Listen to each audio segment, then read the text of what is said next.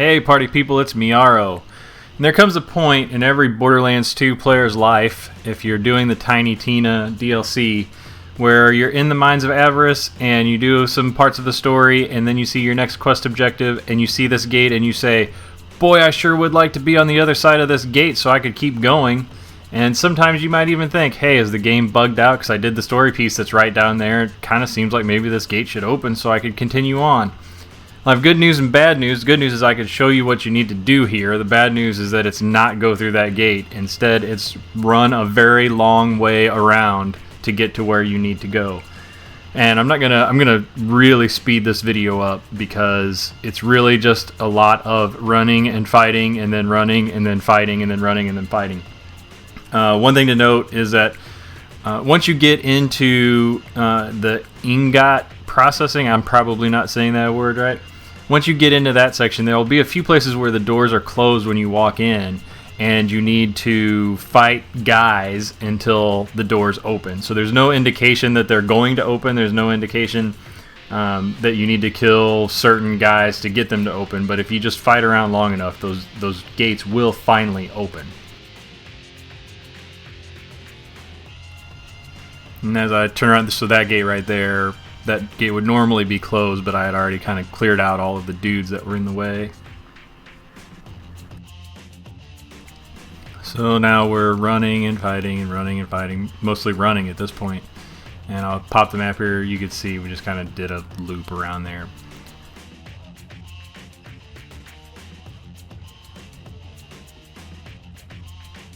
So down in here there's a cave that you can kind of see that I'm looking at. That has a couple spiders in it. If you run around here to the side, sometimes you can avoid them, and usually even if you don't avoid them, you can outrun them and they'll leash.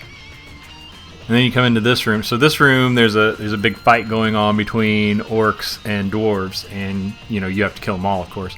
And it's another one of the places where there's a gate that won't open until you kill enough guys, but this one has a particular guy that you have to trigger.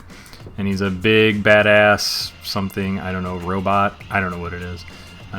If you look up, there's the guy right there. You got to kill him before those gates will open. And while you're here, you want to watch those ledges up top there, because sometimes there'll be guys up there that are kind of sniping you while you're trying to fight this big thing. So you kill that guy, the gate will open, and you can run through here. And I have good news. You're where you need to be. If you look through that gate right there, you can see that we're now finally, after all of that, where we need to be. We're on the other side of the gate that was blocking us at the very beginning of this video. And that's it. So the bad news is that even after you complete the story mission that's here, that gate, the next time you come in, will be closed. So if you need to come back around here and do the thing that's on the other side, I don't want to spoil it for anybody. If you want to do that over and over again, you got to make that whole trek all the way around again. Which is kind of unfortunate because it's a long walk. That's it. That's how you solve the mystery of the gate that won't open in Borderlands 2. That's Tiny Tina's Assault on Dragon Keep. A pretty cool DLC for Borderlands 2. And that's it. So make sure that you subscribe, make sure that you share and like and all the stuff that you do on social media. I am Miaro, and I will be back soon with more Borderlands 2 videos.